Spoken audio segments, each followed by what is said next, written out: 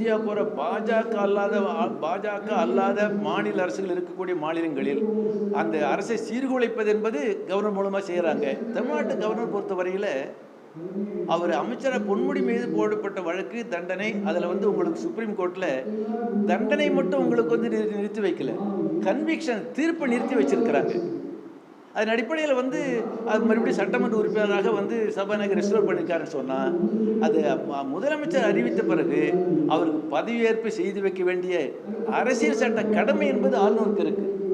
ஒரு போட்டு அரசியல் மாதிரி உங்களுக்கு வந்து நான் வந்து பதவியேற்பு நடத்த மாட்டேன் எழுதிட்டாருன்னு உங்களுக்கு வந்து அரசியல் சட்டத்துக்கு விரோதமானது. அநேகமாக அவர் வந்து ஒரு பாஜக தமிழ்நாட்டில் வந்து ஒரு பாஜக தலைவர் மாதிரி தான் உங்களுக்கு வந்து ஆளுநர் நடத்தி கொண்டு இருந்தார். வன்மையாக கட்டணத்துக்குரிய பிரச்சனை. அநேகமாக தமிழ்நாட்டில்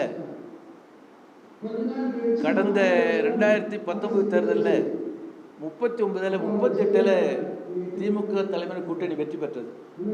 தேனி மட்டும் வெற்றி பெறலை. இந்த தேர்தலில் அது தேனி உள்ளிட்டு பாண்டிச்சேரி 40 தொகுதிகளிலும் திமுக தலைமை கூட்டணி என்பது அமோகமாக வெற்றி பெறும். அதாவது வந்து காலையில் டிவியில் ஓடிக்கிட்டு இருந்தது, அதிமுக என்ன தொகுதிகளை கொடுக்குறாங்க, எத்தனை தொகுதிகள் கொடுக்குறாங்க, பாமக எத்தனை, பாஜக எத்தனை கொடுக்குறாங்க, மாலை பாமக முடிவு எடுக்கணும்னு சொல்லி உங்களுக்கு வந்து அதை எப்படி சொல்கிறதுன்னு தெரியல. ரொம்ப மோசமாக வந்து அது கொள்கை அளவிலான கூட்டணி அல்ல.